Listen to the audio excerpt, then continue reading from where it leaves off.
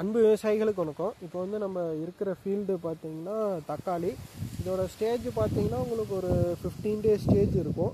இந்த ஸ்டேஜில் நம்ம எதை பற்றி பார்க்குறோன்னா லீஃப் மைனர் உங்களுக்கு வந்து எந்த கிளைமேட்டில் வரும் அப்படின்னு பார்த்தீங்கன்னா உங்களுக்கு வந்து வெட் வெதர்னு குளிர்காற்று அப்போ உங்களுக்கு வந்து லீஃப் மைனர் அதிகமாக உங்களுக்கு வந்து இலையில ஸ்ப்ரெட் ஆகும்.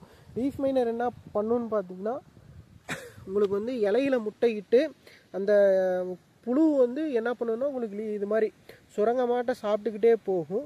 சாப்பிட்டதுக்கப்புறம் என்ன பண்ணுன்னா அது வந்து கூட்டுப்புழுவாக மாறும்போது உங்களுக்கு வந்து மண்ணில் முட்டையிடும். மண்ணில் கூட்டுப்புழுவாக இருக்கும். அது வந்து என்ன ஆகும்னா பூச்சியாக மாறும். அந்த பூச்சி தான் மறுக்க உங்களுக்கு வந்து அதே சர்க்கிள் லீஃபில் முட்டை போட்டு அந்த லீஃபில் இருக்கிற பச்சையத்தை சாப்பிட்டு கூட்டுப்புழுவாக மாறி மறுக்க பூச்சியாக மாறும். இதை நம்ம கண்ட்ரோல் பண்ணோம் அப்படின்னா உங்களுக்கு வந்து இப்போ இந்த ஸ்டேஜில் நீங்கள் ஒரு களை எடுப்பீங்க.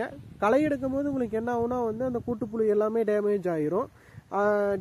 களை எடுத்ததுக்கப்புறம் நீங்கள் என்ன பண்ணணும்னு பார்த்தீங்கன்னா இமீடியட்டாக ஒரு என்ன ஸ்ப்ரே பண்ணலான்னு பார்த்தீங்கன்னா நம்ம வந்து சிஞ்சன்டாவிலிருந்து உங்களுக்கு வந்து சயன்ட்ரானிபோல் எஃப்டின்னு சொல்லக்கூடிய சயன்ட்ரானிபோலோ தயோமீத்தோஜனும் இருக்கும். அந்த கெமிக்கல் ஸ்ப்ரே பண்ணும்போது உங்களுக்கு வந்து லீஃப் மைனர் நல்லாவே கண்ட்ரோல் இருக்கும். ப்ளஸ் உங்களுக்கு எக்ஸ்ட்ரா என்னென்னா வெள்ளையி ப்ளஸ் பச்சைப்பூச்சியும் கண்ட்ரோல் ஆகிரும். இப்போ பார்த்தீங்கன்னா இங்கிருந்து தான் ஸ்ப்ரெட் ஆகும். இது வந்து நிழலில் இருக்கிற செடி. இதுலேயும் உங்களுக்கு லீஃப் மைனர் இருக்குது பாருங்கள்.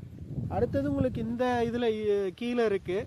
இப்போ இது களை வெட்டினீங்க அப்படின்னா உங்களுக்கு அந்த கூட்டுப்புழுலாம் அழிஞ்சிரும். இமீடியட்டாக ஒரு ஸ்ப்ரே கொடுக்கும்போது லீஃப் மைனரை உடனே கண்ட்ரோல் பண்ணிடலாம். நன்றி, வணக்கம்.